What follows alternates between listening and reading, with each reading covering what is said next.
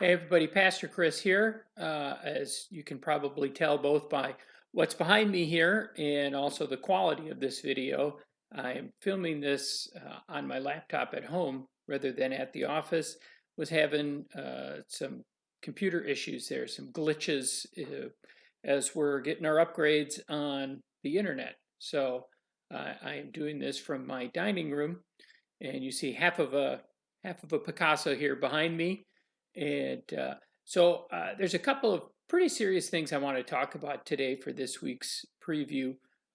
One is, as was put out by the church, we did have COVID exposure at church.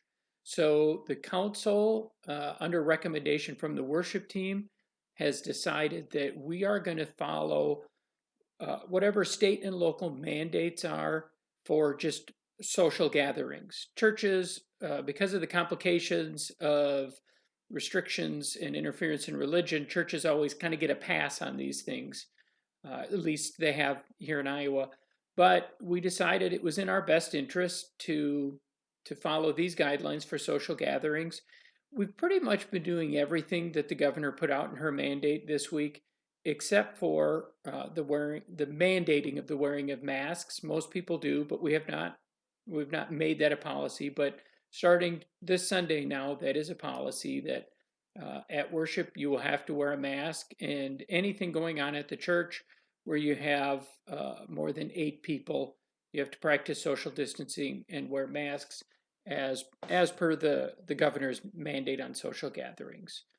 So just to know that's coming. And also, of course, we are still diligently doing all of the sanitizing and cleaning before and between and after each service. And so we have with that, we just want to do our due diligence and keep everybody safe. I have to do something I've never done in my 20 years of preaching, and that is for this week's sermon, I'm going to issue a parental guidance warning. I'm going to be talking about Genesis 34. This is the seventh of 8 sermons on the life of Jacob, and this is not a story that gets a lot of attention. I've never preached on it before, but it is about when one of Jacob's daughters is raped and the aftermath of that. It begins with bad decisions made by Jacob that put his family at risk, and then after his daughter is just brutalized, that he does not take action, and so her brothers do, and it's disastrous. It is a very sobering story, and so if you have kids, I think it would be, maybe you want to take a look at that and decide, is this a sermon we want our kids to hear? I think it's an important story in the Bible. I think it's one that doesn't get enough attention, and so I just wanted to say that.